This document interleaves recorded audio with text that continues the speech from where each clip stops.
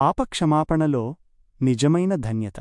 ప్రియమైన సహోదర సహోదరీలారా, ఈరోజు మనం ఒక అత్యంత ప్రాముఖ్యమైన మరియు మన హృదయాలకు ఎంతో ఊరటనిచ్చే సత్యాన్ని గురించి ధ్యానించబోతున్నాం. అది పాపక్షమాపణలో మనం పొందే నిజమైన ధన్యత గురించి. మనం చదువుకున్న కీర్తన 32వ అధ్యాయంలోని మాటలు ఈ సత్యాన్ని స్పష్టంగా తెలియజేస్తున్నాయి. తన అతిక్రమములకు పరిహారమునొందినవాడు, తన పాపమునకు ప్రాయశ్చిత్తమునొందినవాడు ధన్యుడు. యెహోవా చేత నిర్దోషి అని ఎంచబడినవాడు, ఆత్మలో కపటము లేనివాడు ధన్యుడు. ఈ వచనాలు మనకు 2 రకాల ధన్యతలను వివరిస్తున్నాయి. మొదటిది పాపక్షమాపణ పొందిన ధన్యత.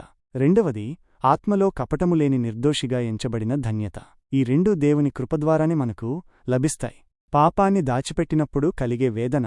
కీర్తనకర్త తన అనుభవాన్ని మనతో పంచుకుంటున్నారు. నేను మౌనినయ్యుండగా దినమంతయు నేను చేసిన నా ఆర్తధ్వని వలన నాయెముకలు క్షీణించినవి. దివారాత్రులు నీ చెయ్యి నామీద బరువుగానుండెను. నా సారము వేసవికాలమున ఎండినట్టాయెను. పాపాన్ని దాచిపెట్టినప్పుడు మనిషి హృదయంలో కలిగే వేదన, భారం ఎంతటిదో ఈ మాటలు వివరిస్తున్నాయి. పాపం ఒక బరువుగా మారి మన ఎముకలను క్షీణింపజేసి మన సారాన్ని ఇంకిపోయేలా చేస్తుంది. ఇది మన శారీరక, మానసిక, ఆత్మీయ ఆరోగ్యంపై తీవ్ర ప్రభావం చూపుతుంది. ఒక చిన్న పాపాన్ని ఒప్పుకున్నప్పుడు కలిగే విముక్తి. కీర్తనకర్త ఇలా అంటున్నారు: నా దోషమును కప్పుకొనక నీ ఎదుట నా పాపము ఒప్పుకొంటిని. యెహోవా సన్నిధిని నా అతిక్రమములు ఒప్పుకొందుననుకొంటిని. నీవు నా పాపదోషమును పరిహరించియున్నావు. ఇక్కడ కీర్తనకర్త ఒక కీలకమైన నిర్ణయం తీసుకున్నారు.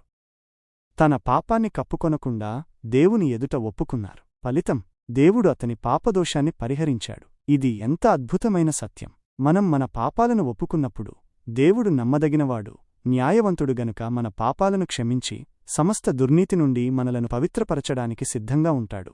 1 యోహాను 1-9 బైబిలు ఉదాహరణ.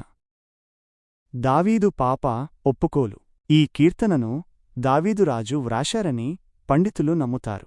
దావీదురాజు తన జీవితంలో చేసిన 2 పెద్ద పాపాలు: బత్షెబతో వ్యభిచారం మరియు ఊరియాను హత్యచేయడం. ఈ పాపాలను దాచిపెట్టినప్పుడు అతను ఎంతగా బాధపడ్డాడో ఈ కీర్తనలోని మాటలు మనకు తెలియజేస్తున్నాయి.